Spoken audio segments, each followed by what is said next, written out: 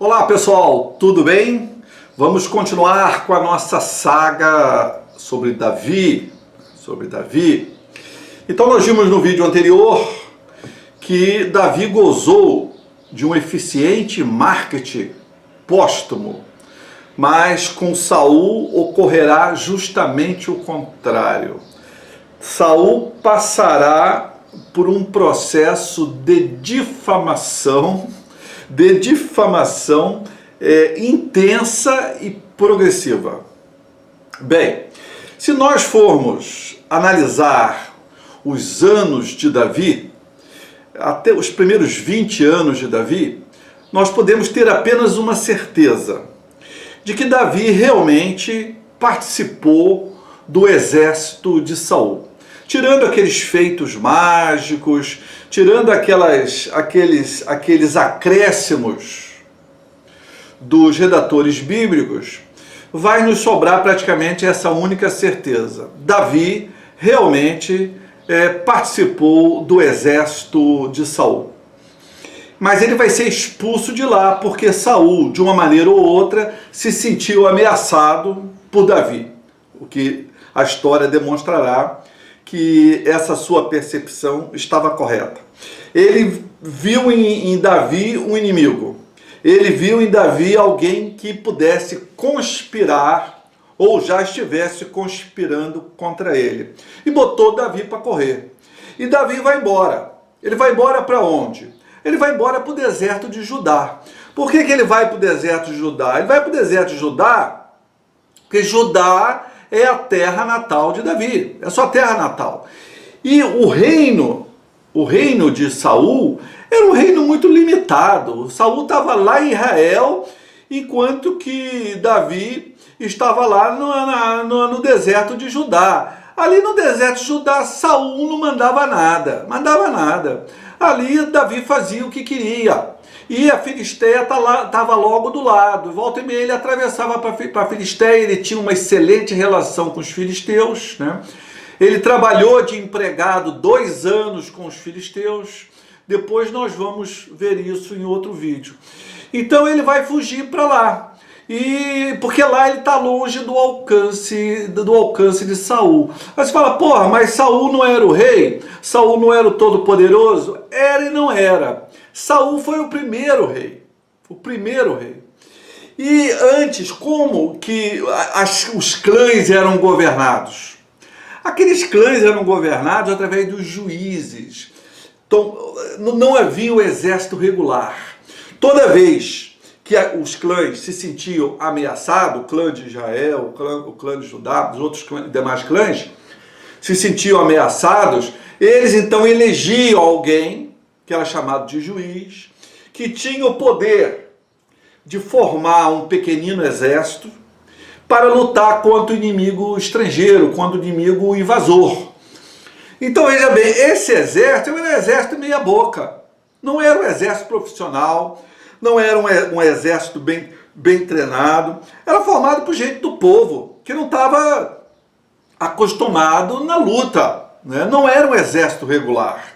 Então, o povo até então só era constituído o cargo mais alto, digamos assim, que era o juiz, e só era constituído quando havia uma ameaça externa. Saul será o primeiro rei. Então ele é colocado como rei debaixo de muita desconfiança. Desconfiança por parcela da população, desconfiança dos chefes dos clãs, desconfiança dos profetas. O Davi, na verdade, ele nem foi bem um rei, ele foi mais um juiz com poderes ampliados, né? Olha, nós tivemos alguns juízes célebres. Vocês já ouviram falar de Sansão, né? Sansão foi um juiz. A Débora, uma mulher, isso mesmo, uma mulher. Débora era profetisa e depois foi eleita juiz.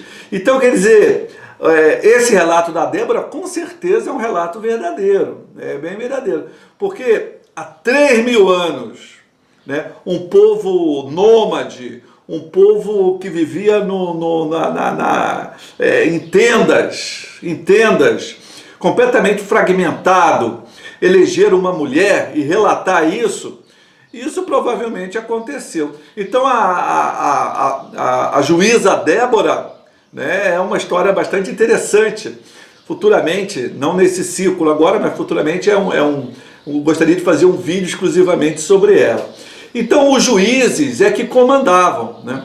O Saul, ele vai ser eleito primeiro rei, vai ser ungido primeiro rei, mas ele não vai ter poderes absolutos de rei. Ele não tinha palácio, ele governava, segundo fala o primeiro Samuel, ele governava debaixo de uma árvore. Então ele não conseguiu montar um corpo político, um corpo administrativo, um corpo estratégico, um palácio onde pudesse abrigar a sua aristocracia. Ele não tinha nada disso, ele foi um juiz com poderes mais ampliados, que a partir do momento que tivesse um rei, teria que haver um exército regular e bem treinado. Um exército bem regular e bem treinado. Mas muita gente boicotou ele, quer dizer, uma parcela queria o rei, mas uma outra parcela grande da comunidade, da sociedade também não queria o rei, né? Tem uma passagem célebre do Samuel, que ele faz uma série de demonstrações ao povo, quando o povo exige que quer um rei. Quer dizer, o povo estava certo, porque é o seguinte, os povos vizinhos, aqueles povos viviam tudo numa briga desgraçada, e os povos vizinhos tinham o seu rei, e cada rei tinha seu exército treinado. Israel, Judá, esses clãs não tinham exército treinado, era exército de amador. Então os outros povos estavam fazendo o que queria ali dentro. Então ele falava, eu queremos um rei forte, para que esse rei constitua um exército regular e bem treinado, para que possa nos defender. Então, quando o povo começa a encher o saco de Samuel, e antes de falar aqui do Samuel, devo dizer o seguinte, Samuel era o profeta. O profeta era o sujeito que batia papo com Deus, tinha tete a tete com Deus. Samuel era o profeta que falava no ouvido de Deus, e Deus falava no ouvido dele. Então, a palavra de Samuel era a palavra de Deus, tá certo? Então o povo vai lá encher o saco de Samuel, porque Samuel foi um juiz também. Ele era profeta e era juiz, isso era muito comum. No mundo antigo era muito difícil, às vezes, você separar o aspecto religioso do aspecto político, militar. Essas coisas estavam todas misturadas. Não existia mundo religioso, porque todo mundo era religioso. A figura do ateu não existia, né? Então o Samuel era juiz, a Débora era juiz e era profetisa. Então havia uma junção dessas duas figuras. Isso era quase que indissociável. Então o povo vai lá perturbar o Samuel, que quer um rei. Não quer os filhos de Samuel, porque acusa os filhos de Samuel de ser corruptos. Então não quer o filho de Samuel. Quer que seja ungido um rei para defendê-los. Então Samuel, com uma extrema lucidez, uma lucidez de 3.000 anos atrás, ele faz uma série de demonstrações que se mostram perfeitamente verdadeiras e aceitáveis até os dias de hoje. E eu vou tomar aqui a liberdade de encher um pouco o saco de vocês lendo um pouquinho. Não é muito grande, fiquem tranquilos. Abram, portanto, a sua Bíblia aí, portanto, no primeiro livro de Samuel, né? Primeiro livro de Samuel, no capítulo 8, no versículo 10. Capítulo 8, versículo 10, tá certo? Então diz aqui, ó, Samuel expôs todas as palavras de Javé ao povo que lhe pediu um rei. Quer dizer, Samuel está falando as palavras de Deus. Não é Samuel que está falando ali, é Deus que está falando por ele, tá certo? Ele disse, este será o direito do rei que reinará sobre vós. Então ele vai falar quais são os direitos do rei. Vocês querem rei? Então vocês vão ver o que é bom para tosse agora. Vocês vão ver o que um rei pode fazer com vocês. Eu vou falar para vocês. Aí ele começa. Ele convocará os vossos filhos e os encarregará dos seus carros de guerra e de sua cavalaria, e os fará correr à frente do seu carro. Ele vai botar os filhos do povo na frente para morrer lá na frente do campo de batalha. O rei vai fazer isso. E os nomeará chefes de 1000 e chefes de 50, e os fará lavrar a terra deles e ceifar a sua seara. Vai botar os filhos daquele povo para cuidar das suas terras. Vai fabricar as suas armas de guerra e as peças dos seus carros. Vai botar todo mundo para trabalhar para ele. Ele tomará as vossas filhas para perfumistas, cozinheiras e padeiras. Ele vai tomar as filhas, essas filhas que estavam trabalhando em casa, estavam trabalhando na propriedade. Agora vai trabalhar para quem? Uma parte delas vai trabalhar para o rei. Tomará os vossos campos, as vossas vinhas, os vossos melhores olivais, os melhores olivais, e os dará aos seus servos. Vai pegar a terra do pessoal e vai entregar para os seus cupinchas. É isso que o poder vai fazer. É isso que Samuel está dizendo.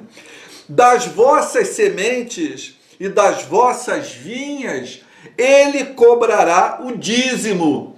10% de tudo que tem de melhor vai para o rei e para a aristocracia que mantém o reinado. E destinará parte desse dízimo aos seus eunucos e aos seus servos. Os melhores dentre vossos servos e vossas servas e de vossos adolescentes, quer dizer, dos filhos, bem como vossos jumentos, quer dizer, ele pega tudo, até o jumento, e de seu jumento ele os tomará para o seu serviço. Exigirá o dízimo dos vossos rebanhos, 10% do rebanho para ele. E vós mesmos vos tornareis seus servos. Vai todo mundo ser empregado do rei. Então naquele dia, então já dá um alerta aqui, ó. Então naquele dia, clamareis contra o rei, que vós mesmo tiverdes escolhido. Mas Javé não vos responderá naquele dia. Quer dizer, vocês vão reclamar, vão berrar feito criança, vão espernear, mas Deus vai ignorar vocês, não vai dar bola para vocês. O povo, no entanto, recusou-se a atender a palavra de Samuel e disse: não, nós teremos um rei, e seremos nós também como as outras nações.